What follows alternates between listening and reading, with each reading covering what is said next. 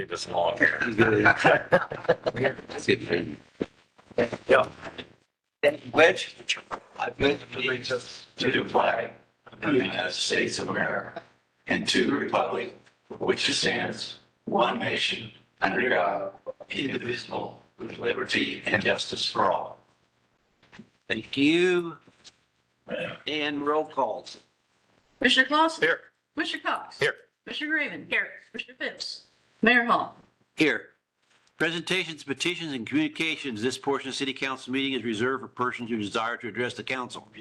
The Illinois Open Meetings Act mandates that the City Council may not take action on comments received on matters that have not been identified on this agenda. But the council may direct staff to address the topic or refer the matter for action on the agenda for another meeting. Persons addressing the council are requested to limit their presentation to 3 minutes and to avoid repetitious comments. We'd also ask you to state your name and address for the record as well as stand when speaking. Anybody want to say anything back there? Okay, new business. Motion to approve council decision request 2024-2527, awarding the bid in the amount of $276,911.25 from Groundworks Construction Incorporated for the sanitary sewer project to construct the sewer main line from the sports complex to the wastewater treatment plant and to be paid with ARPA funds.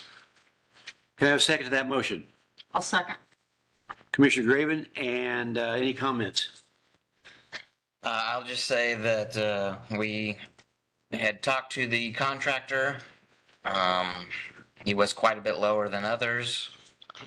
He is comfortable with his numbers, is what he told Dave. We have checked on his bid bond.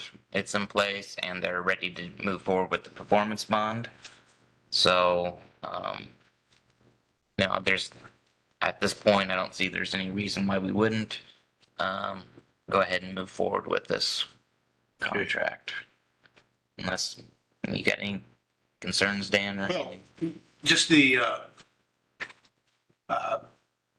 looking over some cases in the statute last night, the statute requires the council to award the bid to the lowest responsible bidder. The word responsible is the key word because there is very little help, what a responsible bidder is, but it is more, it's clear that it's more than just a mathematical computation. It's not just the lowest bid. It is other concerns about financial responsibility and viability and things like that. You can take all of that into account, and you have the discretion to award or not award this bid, so long as you don't show unfair dealing, fraud, or favoritism of some kind.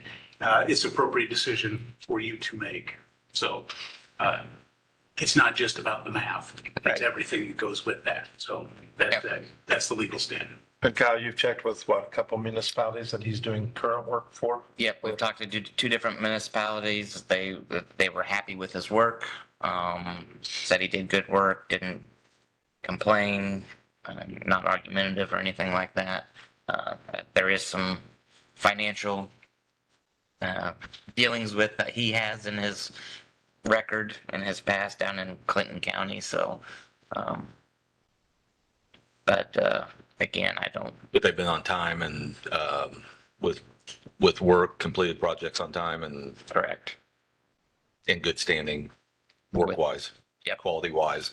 So, perfect. Anything you want to add, Dave, or anything? Well, they're doing work currently in Effingham. Mhm. We can check with them. They're happy with the work they're doing. They kind of said the same thing, that it came in quite a bit under the next bidder. They did some background checking, just kind of like we did, and they decided to go with it. They haven't had any problems with it. So. Yeah. Well, I appreciate your due diligence too, Dave, and the work you've done on this. And Yeah. yeah, Yep. Yeah, appreciate it. Anybody else have any questions? Okay, roll call. Commissioner Clausen. Yes. Commissioner Cox. yes. Commissioner Graven. Yes. Mayor Hall. Yes. And now I move that we go to recess to closed session pursuant to the Illinois Open Meeting Act for the purpose of discussion of collective bargaining, negotiating matters between the city of Mattoon and its employees or their representative, or deliberation concerning salaries schedules for one or more classes of employees under 5 ILCS 120 2C2. Can I have a second to that motion? Second. Commissioner Cox, and roll call. Commissioner Cox? Yes. Commissioner Raven? Yes. Commissioner Clausen? Yes. Mayor Hall? Yes. Vote to stay. That's what you want to do. Is there the auditors here? Auditors are not in there. So whatever you want to do then. Go in there. Yeah, let's get there real quick. This time we will pause the recording and. We're not taking any until we get action back. afterwards. All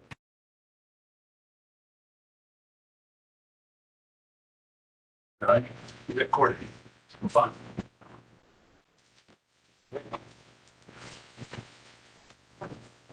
Okay. Back from closed session? Do we have any other? I do have something I would like to bring up with the council. I know we can't make decisions, but I don't know how many of you are familiar with the Coles County Veterans Coalition. Currently, they meet at Elevate. Short of my head exploding, they need to find a new home. They thought they had it with Lifelinks, but that fell through. They backed out at the last minute. Carol and Cloyd showed them the gift shop at the depot, which is, where that is in there. They fell in love with it and they would like to make that their home. I briefly talked to Kyle. At one point in time, a while back, we were contemplating opening like a little retail shop for the train guys when they were working on the trains. They currently pay rent, so if we need to charge them a nominal fee, we could do that if the council felt necessary. My thought process was that it would bring traffic to the depot to potentially help with vandalism. They're there, they meet weekly, they have mess hall meals, they have a lot of different activities for the veterans. Plus they do one-on-one counseling and meetings and crafts and stuff like that. So I just wanted to kind of get your idea if it's a path that the council would be willing to go down. I think this is the first I've heard of this, but Kind of all came to a head about 2 weeks ago. So it's, yeah, like I said. just on the There's a lot surface, I think that's a outstanding idea solely for the fact of what you said. The more opportunities we can have for people being in that building, the better off that building is going to be. And the environment around that building is going to be. And so, yeah, that sounds like so they meet. Do they have regular business hours? They meet weekly. They have a lot of evening events. Say better. Yeah. They do, I don't know everything they do, but they do, a lot of times they'll just do counseling with veterans. They have, I know that sometimes at evenings when I've dropped by Elevate, there's several of them there. They do a lot of activities with them. So it's not just like a couple hours one day a week or something. It's No, it's pretty much, they're moving in and out of there. yeah. I mean, it's not like maybe every day, but Right. probably 3 to 5 days a week. I would think that you might have definitely 1 to 2. I know Gunnar Davis said that, sometimes they have, not events, but workshops and stuff, and they'll have 40 people. So, utilization of that downstairs would potentially, It's a no-brainer. That would be outstanding, I Who think. chairs that now? Is that Connie? Connie Jones. Yeah. And Carolyn Cloyd's on that board, and there's several other ones too that are on that board. I don't know everybody. It's just that they just need a new home. Yeah. So we need to get a contract written up, Right. rent? Do have a lease agreement, I'm assuming so. And like I said, whether you want to charge them $1 a month or if you want, I mean, they currently are paying $150 a month rent at Elevate. So it's not like they can't pay rent if we need to have them pay rent. And they're willing to get, insurance to name the city as an additional insurer, just like There the, you go. Right, and Hands on it. as I said, the only thing I can think of is like when Greyhound was starting to go there, we were talking about, we were trying to get something set up where they, gave $100 a month for cleaning and toiletries and stuff like that. and that's But- perfectly fine. I mean, we want to If set. we want to do something like that, I think it should be minimal. Again, I encourage it because more people in the depot, I think, will help.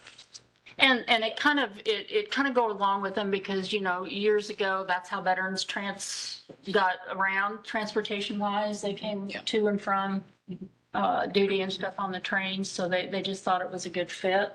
But No one uses that on a regular basis now, do they? the Historical Society meets there every other Wednesday, or every other month on Wednesday, but we've already had that discussion and Ed's offered the chamber office. There's other places. I mean, there's only like 8 or 10 of us, and they're even willing, if we need to meet, we can meet there.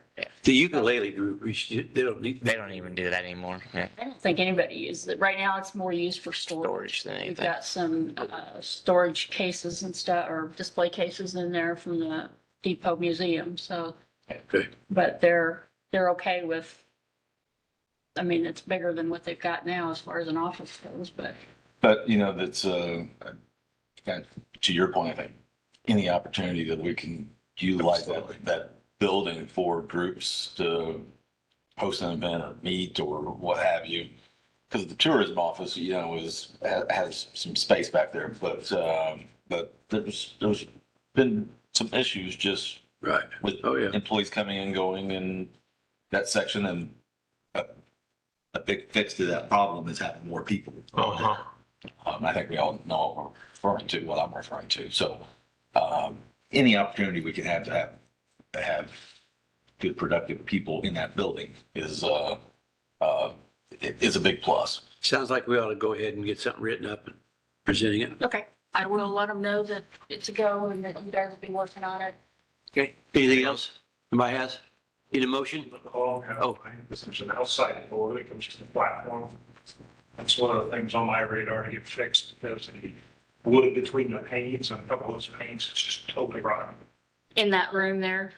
Yeah. So we probably ought to think about getting that door replaced or fixed. I'm not sure if you can fix it. It might take some craftsmen, some are fixed, but it's Yeah. not good shit. Okay. That is a historical building, so there is some requirements on that building, I know. Yeah, we gotta figure out what we have to do. If we can replace it with another wood door that looks the same. I know they didn't let us do it with the windows because we wanted to replace all the windows. But I don't know if that was just during that grant or what. So we'll look into that to make sure what we need to do. Okay, all right.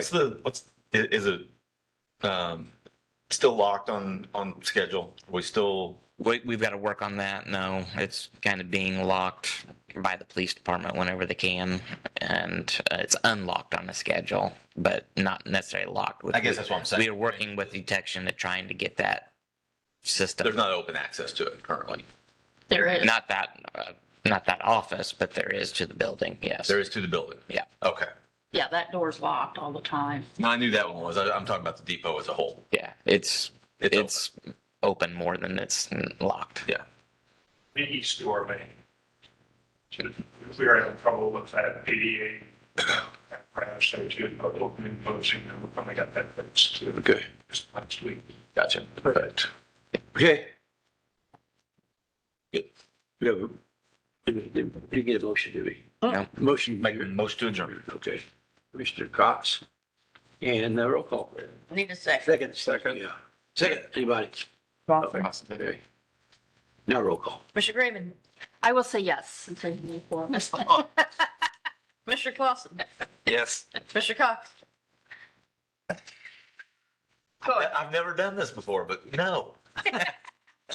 Mayor Hall. Yeah. That concludes the meeting.